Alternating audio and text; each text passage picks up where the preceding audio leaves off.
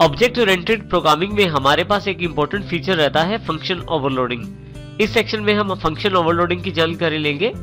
Function overloading का अर्थ एक नाम से काफी सारे फंक्शन होना है जिनमें आर्गुमेंट्स अलग अलग रहते हैं और इस प्रकार बनाए गए फंक्शन को हम फंक्शन ओवरलोडिंग कहते हैं। इस प्रकार यहाँ दो विशेषताएं हमारे सामने आती हैं। सबसे पहले हमारे पास कई फंक्शन होते हैं जिनका नाम सेम होता है परंतु उनके पास आर्गुमेंट अलग अलग रहते हैं। इस प्रकार की फीचर फंक्शन ओवरलोडिंग कहलाती है। फंक्शन ओवरलोडिंग कभी भी हम रिटर्न डेटा टाइप के द्वारा प्राप्त नहीं कर सकते, अर्थात रिटर्न डेटा टाइप चेंज करने से हम फंक्शन लोडिंग प्राप्त नहीं कर सकते। फंक्शन ओवरलोडिंग को प्राप्त करने के लिए हमें आर्गुमेंट्स अलग अलग चाहिए होते हैं। फंक्शन ओवरलोडिंग को हम क्लास 6.cpp एग्जाम्पल के आधार पर समझते हैं। यहाँ हमारे पास फंक्शन ओवरलोडिंग का एक एग्जाम्पल अवेलेबल है। सबसे पहले हमारे पास दो हेडर फाइल्स इंक्लूड की गई है। एक क्लास ली गई है एडिशन के रूप में। इसमें हमारे पास एक वेरिएबल है इंटीजर t जो प्राइवेट है।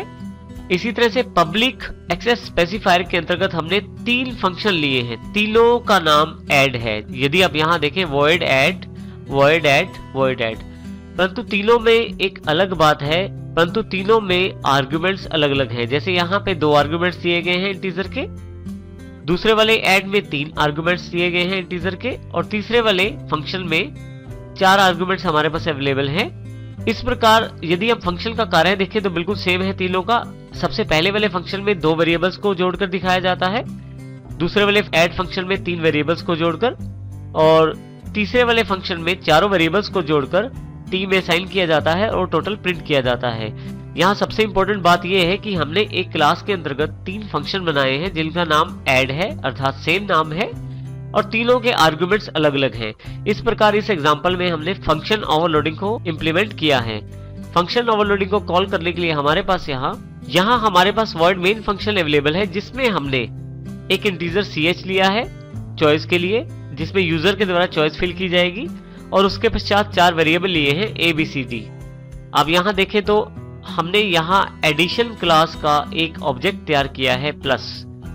अब हम यहाँ पे कुछ स्टेटमेंट प्रिंट करवा रहे हैं फंक्शन ओवरलोडिंग और उसके साथ यूजर को एक मैसेज दिया जा रहा है, how many numbers do you want to add. User कितने नंबर को ऐड करना चाहता है ये वो इस मैसेज के पश्चात बता सकता है।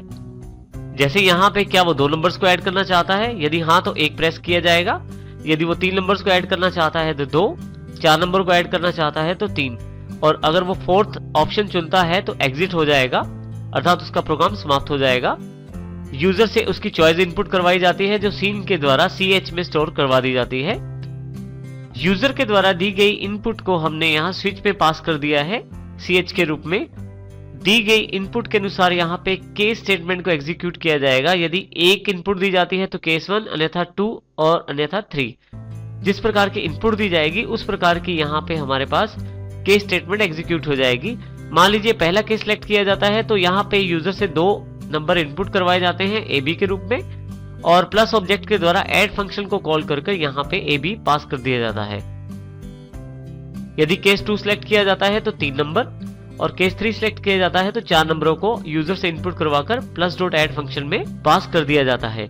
यहाँ सबसे इंपॉर्टेंट बात यह है कि हमारे पास ऐड फंक्शन जो है वो एक ही नाम से है, हम इसको आर्गुमेंट्स के आधार पे कॉल कर रहे हैं। यदि हमें 2 आर्गुमेंट्स वाला ऐड फंक्शन कॉल करना है तो यहाँ 2 वैल्यूज पास करते हैं, 3 वाले के लिए 3 वैल्यूज और 4 वाले के लिए 4 वैल्यूज पास करते हैं। और यदि आप कोई भी ऑप्शनल केसेस में से नहीं लेते तो आपके पास डिफॉल्ट मैसेज एग्जीक्यूट हो जाता है। गेट ch के पश्चात यहाँ ये प्रोग्राम खत्म हो जाता है। यहाँ हमारे पास इंक्लूड IOStream और Choreo.h 2 हेडर फाइल्स इंक्लूड की गई हैं। एडिशन क्लास को क्रिएट किया गया है जिसमें इंटीजर t लिया गया है। सबसे पहले हमने फंक्शन ओवरलोडिंग को इंप्लीमेंट करने के लिए 3 फंक्शन लिए हैं जिनका सबका नाम ऐड है और इनमें आर्गुमेंट्स अलग अलग हैं। आर्गुमेंट्स के आधार पर टोटल किए गए हैं और फाइनली उनके रिजल्ट्स को प्रिंट करवाया गया है। वर्ड मेन में स्विच केस के द्वारा उन सभी फंक्शंस को कॉल किया गया है और इनको आर्गुमेंट्स के आधार पे ही कॉल किया गया है। आर्गुमेंट्स के आधार पे ही ये फंक्शन एग्जीक्यूट होते हैं। हम Ctrl+F9 से इस प्रोग्राम को एग्जीक्यूट करके देखते हैं। सबसे पहले फंक्शन ओवरलोडिंग का मैसेज है, उसके पश्चात कितने नंबर आप ऐड करना चाहते हैं। मान लीजिए मैं 2 नंबर ऐड करना चाहता हूं। जैसे ही 1 प्रेस करता हूं मेरे पास 2 नंबर्स की जानकारी मांगी जाती है, पहले 2 और फिर 3। देखिए मेरे पास टोटल 5 अवेलेबल हो गया है। तो यहाँ पे इस प्रकार हमने फंक्शन ओवरलोडिंग को इंप्लीमेंट किया है। आर्गुमेंट्स के आधार पे फंक्शन कॉल किया जाता है और उसी के आधार पे फंक्शन एग्जीक्यूट होता है। ऑब्जेक्ट ओरिएंटेड प्रोग्रामिंग में 2 इंपॉर्टेंट फीचर्स हमारे पास C++ में और इंक्लूडेड हैं, डेटा एब्स्ट्रैक्शन और डेटा एनकैप्सुलेशन के रूप में। डेटा एब्स्ट्रैक्शन का अर्थ है कि वो डेटा जो इंपॉर्टेंट है और जो एसेंशियल है किसी प्रोग्राम को चलाने के लिए, वो जरूर प्रदर्शित किया जाए, अर्थात उसे जरूर प्रदान किया जाए। यह फीचर ऑब्जेक्ट ओरिएंटेड प्रोग्रामिंग में डेटा एब्स्ट्रैक्शन कहलाती है। इस प्रकार की प्रोसेस में कॉम्प्लेक्स डेटा और बैकग्राउंड डिटेल्स को, अर्थात बड़ी कोडिंग को एब्स्ट्रैक्शन के द्वारा छुपा दिया जाता है और केवल वही कोडिंग जो यूजर के लिए रिक्वायर्ड है और जिसके द्वारा यूजर प्रोग्राम का डेटा प्रयोग कर सकते हैं, केवल उसी पार्ट को यूजर के पास प्रस्तुत किया जाता है। यह फीचर डेटा एब्स्ट्रैक्शन कहलाती है। और यदि हम डेटा एनकैप्सुलेशन की बात करें तो वह डेटा जो बहुत ही इंपॉर्टेंट है या जो सिक्योरिटी पॉइंट ऑफ व्यू से इंपॉर्टेंट है, उस डेटा को फंक्शंस के द्वारा बाइंड कर दिया जाता है, बांध दिया जाता है और इस प्रकार उस डेटा को केवल फंक्शंस के द्वारा ही एक्सेस किया जा सकता है। डायरेक्टली हम उस डेटा को नहीं प्राप्त कर सकते या देख सकते। इस प्रकार की फीचर को UPS में डेटा एनकैप्सुलेशन कहते हैं। यदि हम एग्जाम्पल के रूप में देखें तो हमारे पास यहाँ पे जो प्राइवेट एक्सेस स्पेसिफायर होता है वो एक तरह से हमारा डेटा एनकैप्सुलेशन कॉन्सेप्ट को इंप्लीमेंट करता है, जिसके द्वारा हम इन वेरिएबल्स की वैल्यूज को एक्सेस नहीं कर पाएंगे इस क्लास के स्कोप के बाहर। परंतु यदि हम पब्लिक की बात करें तो हमारे पास पब्लिक एक्सेस स्पेसिफायर हमारे लिए डेटा एब्स्ट्रैक्शन कॉन्सेप्ट को इंप्लीमेंट करता है, जिसमें हम उन फंक्शंस का प्रयोग अवश्य कर सकते हैं जिसके द्वारा उन वेरिएबल्स में वैल्यू स्टोर की जा सकती है और उन वेरिएबल्स की वैल्यू को देखा जा सकता है, जैसे यहाँ पे सेट डेटा और शो डेटा। परंतु हम डायरेक्टली क्लास का ऑब्जेक्ट बनाकर प्राइवेट मेंबर्स को नहीं देख सकते, क्योंकि वो डेटा एनकैप्सुलेट किया गया है, प्राइवेट एक्सेस स्पेसिफायर के द्वारा प्रदर्शित किया गया है। इस प्रकार हम डेटा एब्स्ट्रैक्शन और डेटा एनकैप्सुलेशन दोनों का प्रयोग करते हैं C++ में। हमारे पास जो सबसे इंपॉर्टेंट फीचर रहता है जिसके द्वारा हम एक्सेसिबिलिटी डिफाइन करते हैं C++ वेरिएबल्स की या फंक्शंस की, अर्थात किसी क्लास के मेंबर्स की जब हम एक्सेसिबिलिटी डिफाइन करते हैं तो उसके लिए हमें एक्सेस स्पेसिफायर्स रिक्वायर्ड रहते हैं, जिनकी जानकारी हमने पहले ब्रीफ रूप में ली थी। अब हम इनको प्रॉपर्ली रिवाइज करते हैं। देखिए हमारे पास 3 तरह के एक्सेस स्पेसिफायर्स अवेलेबल रहते हैं, पब्लिक, प्रोटेक्टेड, प्राइवेट, जिसमें हमने पब्लिक और प्राइवेट की जानकारी ली है। अब हम इसको विस्तृत रूप से देखते हैं।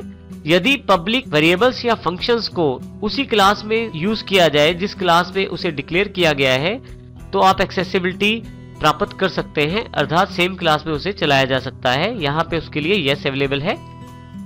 यदि इनहेरिटेड क्लास में पब्लिक मेंबर्स को चलाया जाता है तो वहां पे एक्सेसिबिलिटी प्राप्त कर सकते हैं, अर्थात उसके लिए भी यस है पब्लिक में। और इसी तरह से मेंबर, फंक्शन या वेरिएबल को यदि आप क्लास का ऑब्जेक्ट बनाकर दूसरी क्लास में प्रयोग करते हैं तो भी आप प्रयोग कर सकते हैं। इसके अतिरिक्त जैसे हमने मेन फंक्शन में देखा था, वहां भी इसका प्रयोग किया जा सकता है, वहां भी इसकी एक्सेसिबिलिटी प्राप्त होती है, अर्थात यहाँ भी यस है। परंतु सबसे लास्ट वाले सेक्शन में यदि हम देखें प्राइवेट एक्सेस स्पेसिफायर के केस में, तो यदि हम उस क्लास में प्रयोग करना चाहते हैं जहां उन वेरिएबल्स या फंक्शंस को डिक्लेयर किया गया है जो प्राइवेट हैं, तो हम सेम क्लास में उसका प्रयोग कर सकते हैं। परंतु सब क्लास में, किसी दूसरी क्लास में ऑब्जेक्ट के साथ या मेन फंक्शन में हम इसका प्रयोग नहीं कर सकते, क्योंकि इसकी एक्सेसिबिलिटी उसी क्लास के स्कोप तक अवेलेबल रहती है। अर्थात प्राइवेट वेरिएबल्स या फंक्शंस की जो एक्सेसिबिलिटी रहती है वो केवल उसी क्लास में अवेलेबल रहती है। सब क्लास में किसी दूसरे क्लास जिसमें ऑब्जेक्ट के द्वारा प्रयोग किया जाए या मेन फंक्शन में एक्सेसिबिलिटी अवेलेबल नहीं हो पाती। एक और एक्सेस स्पेसिफायर हमारे पास अवेलेबल है प्रोटेक्टेड के रूप में। प्रोटेक्टेड एक्सेस स्पेसिफायर के द्वारा स्पेसिफाई किए गए वेरिएबल और फंक्शंस को हम सेम क्लास, अर्थात जिस क्लास में डिक्लेयर करवाया गया है उस क्लास में और सब क्लास में, इन दोनों क्लासेस में हम प्रोटेक्टेड एक्सेस स्पेसिफायर के द्वारा स्पेसिफाई किए गए वेरिएबल और फंक्शंस का प्रयोग कर सकते हैं। इसके अतिरिक्त हम उनका प्रयोग कहीं और नहीं कर पाएंगे, जैसे किसी और क्लास में ऑब्जेक्ट के द्वारा या मेन फंक्शन में प्रोटेक्टेड मेंबर फंक्शंस या वेरिएबल्स का प्रयोग नहीं कर पाएंगे।